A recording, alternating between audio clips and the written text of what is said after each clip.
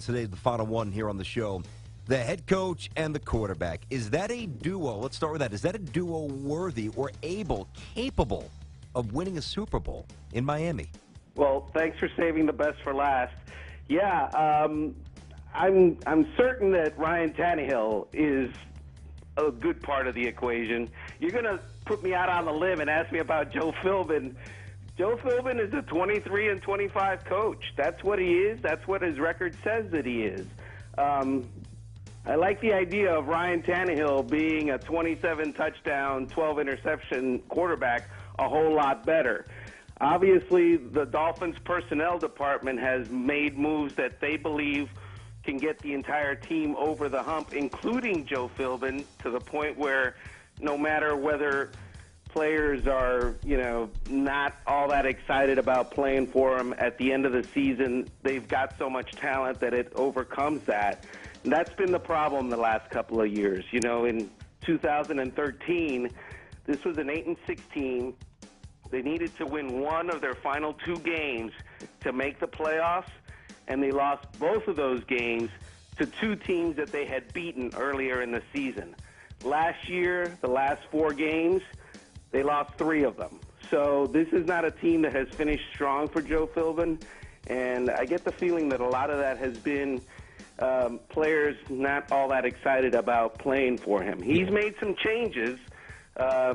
We'll see if those work or not. Yeah, you hope so, because when you look at the team, especially from a skill position standpoint, and Ryan Tannehill under center, hopefully becoming that quarterback that everybody's expected him to be over the last couple of years. Jarvis Landry is exciting. Greg Jennings is a vet. Devontae Parker, though, has been banged up. What can we expect from the skill position group?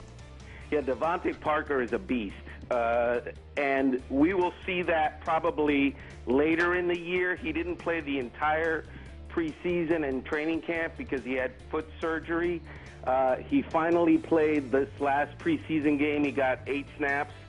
They want to use him against Washington coming up, but everybody knows that he's going to be better late in the year than he is now.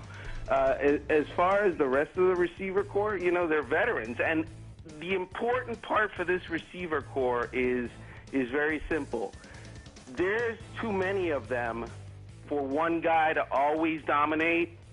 They have to understand that there will not be a Brandon Marshall on this team who's going to have 115 catches. There will not be a Mike Wallace who's going to be targeted 12 times every game.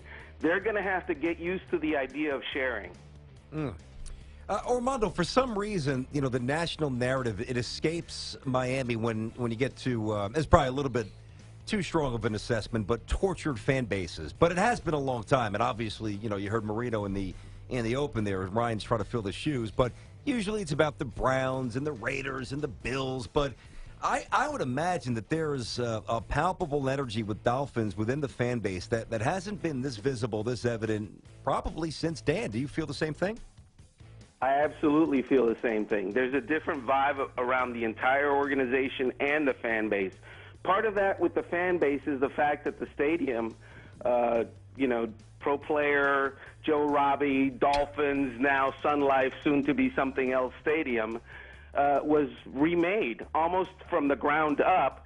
And the first part of that rebuilding is done. It looks great. It looks new. The next part will be next year when they put an actual canopy on the thing. People are excited about going to that place and watching a reconstructed team as well. By the way, the most expensive seat at Sun Life Stadium now is $600,000 a year, and those seats are sold out. Wow. Now, will a Dolphins fan be sitting in them when the Jets come to town? Because it's usually 50-50. Yeah, that's. I'm glad that you brought that up, because the Dolphins, what they recognized is that a lot of their season ticket holders are not allowed, but about 2,000, 1,500 of their season ticket holders were brokers. And those brokers typically sold seats to out-of-town fans. They stopped selling to those brokers. Smart. Interesting. Good job. Business. Good job, Stephen Ross. Yeah.